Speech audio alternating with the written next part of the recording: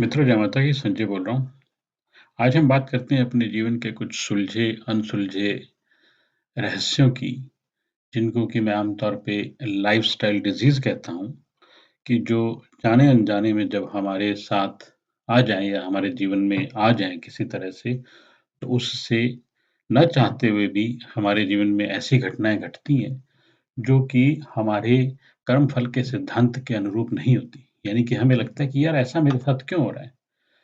जैसे कि आप लोगों ने देखा होगा कुछ लोग ये कहा गया है, शास्त्रों में भी ऐसा कहा गया है कि किसी मंदिर, नदी के किनारे, श्मशान भूमि, हॉस्पिटल या फिर जेल खाना जो जेल होती है, उसके आस-पास हमें घर नहीं लेना चाहिए। अब मंदिर के आस-पास क्यों नहीं लेना चाहिए? मंदिर में तो भगवान भी रहते हैं। लेकिन अगर ज्योतिष के हिसाब से इसको एनालाइज़ किया जाए, तो मंदिर हमारे हॉरोस्कोप का दूसरा घर होता है। जो बहती नदी या दरिया है, वो हमारे हॉरोस्कोप का चौथा घर होता है और श्मशान भूमि 8वाँ घर होता है और हॉस्पिटल या जेल खाना हमारी 12वाँ घर होता है हमारे हॉरोस्कोप का। अब इन सब घरों में या इन सब स्थानों पे ठीक है, लोग दान-पुण्य करते हैं, अच्छे काम भी होते हैं, लेकिन यहाँ पे नकारात्मक एनर्जी भी बहुत ज़्यादा होती है। लोग मंदिरों में जाते हैं, अपने किए हुए कुछ कर्मों के, कुछ ऐसी चीज़ें जो वहाँ पे छोड़ के आते हैं और अपने घर आते हैं। यही काम हम नदियों में करते हैं। लोग लाल किताब के बहुत से उपाय करते हैं, तो अपनी नकारात्मक एनर्जी वो नदी में बहा के आते हैं। यही काम श्मशान भूमि में होता है। श्मशान भूमि पूरी तरह से नकारात्मक एनर्जी से भरी हुई है गृहस्थ लोगों के लिए। और यही जगह है जो हॉस्पिटल या जेल खाना होता है। तो ये सब स्थान इसलिए वर्जित हैं गृहस्थ लोगों के लिए कि उनकी गृहस्थी में इनसे रिलेटेड प्रॉब्लम्स आती हैं क्योंकि अगर आपके जीवन में किसी भी तरह से आपके हॉरोस्कोप में 2, 6, 8, 12 या 4 में अगर नकारात्मक प्लैनेट आ जाएँ, तो ये चारों घर लाल किताब के हिसाब से आपस में कनेक्ट हो जाते हैं। अगर आप इनमें से किसी भी आशिये का किसी भी स्थान का संग बना लें, तो चाहे आपके यहाँ पे प्लैनेट ना भी हों इन घरों में, लेकिन ये घर आपस में कनेक्ट हो जाते हैं और उसकी नकारात्मकता एक्टिवेट हो जाती है आपकी लाइफ में। इसीलिए कहा गया है कि आप मंदिर, नदी का किनारा, श्मशान भूमि, हॉस्पिटल, जेल खाना, जो ऐसी नेगेटिव एनर्जीज़ के गढ़ हैं, वहाँ पे आप किसी भी तरह का अपने जो निवास स्थान का प्रबंध ना करें। आपने देखा होगा कि जब लोग श्मशान में किसी शव का दाह संस्कार करके घर के लिए चलते हैं, तो श्मशान भूमि में से ही नीम का पत्ता लेके उसको दाँत से काटते हैं और देखते हैं कि वो आपको कड़वा लग रहा है कि नहीं लग रहा है। उसका कारण यही है कि जो श्मशान में मंगलबध की एनर्जी है, उसको हम चेक करते हैं कि उस एनर्जी से हमारी ऑरा ब्रेकअप तो नहीं हो गई है। अगर वो ऑरा हमारी ब्रेकअप हो जाती है या मंगलबध की एनर्जी किसी तरह से हमारे चारों तरफ लग गई है उस श्मशान भूमि से, तो या तो उसका विनाश हो जाता है और अगर वो टेस्ट आपको नहीं आ रहा नीम वाला, तो समझो कि उस एनर्जी से आप अफ़ेक्टेड हो गए हो। क्योंकि जो 8वें घर का मंगल होता है, वो मंगलबध का मंगल होता है, लेकिन नीम का पत्ता मंगलनेक का जो जो आशिया होता है। तो इसीलिए मंगलबध के इफ़ेक्ट को मंगलनेक के इफ़ेक्ट से काटा जाता है, सिर्फ़ और सिर्फ़ ये कारण है उस नीम के पत्ते को चखने का। लाइफ़स्टाइल डिज़ीज़ के नाम पे एक और चीज़ मैंने नोटिस की कई लोगों में कि किसी ने मेरे को बताया कि ऐसे-ऐसे घर में शादी थी और हमने कि कोई सामान चोरी ना हो जाए, छत के ऊपर भट्ठी बनवा दी शादी की जिसमें मिठाइयाँ बनती हैं शादी की और वो भट्ठी भी मतलब ईंटों से और चिकनी मिट्टी से बनवा के अच्छे से और वहाँ पे शादी की सारी मिठाइयाँ बनवाई। लेकिन भट्ठी बहुत अच्छी बनी थी, बड़ी मेहनत से बनाई थी तो इसलिए हमने सोचा कि चलो साल 6 महीने में कोई ना कोई शादी होती रहती है, उस भट्ठी को वहीं पे कायम कर लिया। और उस कायम की हुई भट्ठी की वजह से अब आपकी छत आपका 12वाँ घर है और जो भट्ठी होती है या तंदूर होता है, वो मंगल बध का बहुत स्ट्रॉन्ग और बहुत नकारात्मक आशिया होता है। अगर आपने गलती से किसी के हॉरोस्कोप में मंगल बध होके बैठा है किसी मंगलबद के रूल के हिसाब से और उसने अपने घर में इस तरह की भट्ठी या तंदूर किसी गलती की वजह से कायम कर लिया, तो उनके घर में मंगलबद की नकारात्मक एनर्जी ऐसा घर कर लेती है और फिर उसके जो दुष्परिणाम हैं उनके जीवन पे हॉस्पिटलाइज़ेशन, जेल खाना, पागल खाना, इस तरह की हरकतों से बहुत कुछ बुरा देखने को मिलता है उनके जीवन में और एस्ट्रोलॉजर को समझ नहीं आता जब वो उनका हॉरोस्कोप देख रहा होता है कि इसके प्लैनेट तो सारे सही बैठे हैं, लेकिन ये कोर्ट कचहरियों में या दवाइयों में इतना पैसा इनका क्यों जा रहा है?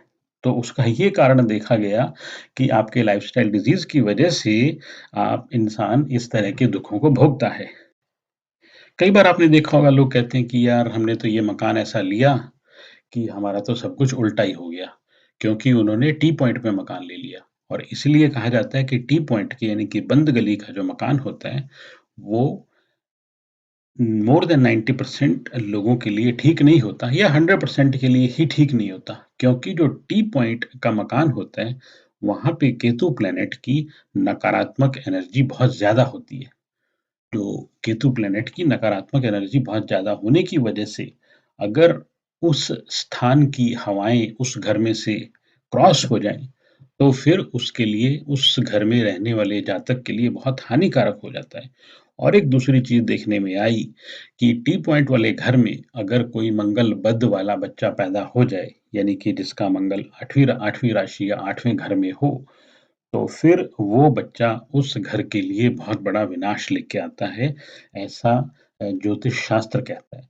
इसीलिए आप चाहे जाने-अनजाने में अगर कोई टी पॉइंट का घर ले रहे हों, मत लें क्योंकि किसी भी तरह की नकारात्मकता को आप अपने जीवन में इनवाइट करना नहीं चाहेंगे। और यही मंगल बुध का कारण है साउथ फेसिंग हाउस के लिए, क्योंकि साउथ की दिशा मंगल बुध की दिशा होती है। अगर आपका दरवाज़ा साउथ में खुल रहा है और आपके हॉरोस्कोप में, आपके घर के किसी भी मेंबर के हॉरोस्कोप में मंगल बुध होके बैठा है, तो उस जातक को बहुत भारी नुकसान पहुँचाता है साउथ फेसिंग हाउस। आज मैं एक मेरी ज्योतिष फ्रेंड हैं, जो काफ़ी अच्छी एस्ट्रोलॉजी करती हैं वो, उनकी एक वीडियो सुन रहा था कि पहले ज़माने की औरतें होती थीं, उनके 8-8, 10-10 संतान रहती थी और फिर भी उनके शरीर हट्टे-कट्टे रहते थे, दीर्घायु होती थी। लेकिन आजकल तो 1-1, 2-2 संतान करके ही महिलाओं की टेंटें फिस बच जाती है। तो इसका कारण मैं ऐसे ही सोच रहा था बैठ के, तो मैं इस चीज़ को या इस बात को जब बेडरूम से कनेक्ट करके मैंने देखा, तो मैंने पाया कि पहले समय में लोगों के बेडरूम्स पूरे अंधकार में होते थे, यानी कि अंधेरा होता था। सूर्य की रोशनी बहुत ज़्यादा नहीं होती थी और उनके जो खाट बिस्तर हैं, वो भी ऐसा नहीं था कि पूरा दिन 24 घंटे बिछे ही हुए। लेकिन आजकल क्या हो गया कि जो आपका खाट बिस्तर है, जो कि केतु और शुक्र के आशीय हैं, वो सारा दिन बिछा रहता है।